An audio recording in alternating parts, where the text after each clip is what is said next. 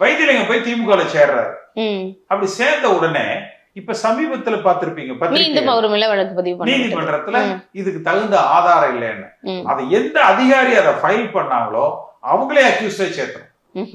அதை கையெழுத்து போட்டு ஃபைல் பண்ணாங்க பாருங்க, அவங்களே அக்யூஸ்டா சேர்க்கணும். பிளேட்டன்ட்.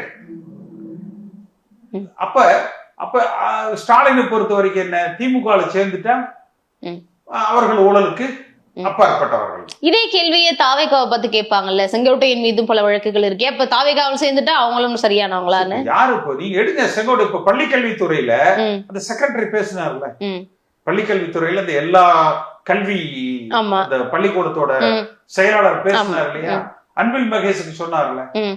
அதுக்கு முன்னால இருந்த அமைச்சர் செங்கோட்டை எடுங்க, அவர் மேலே ஆக்ஷன் எடுங்க.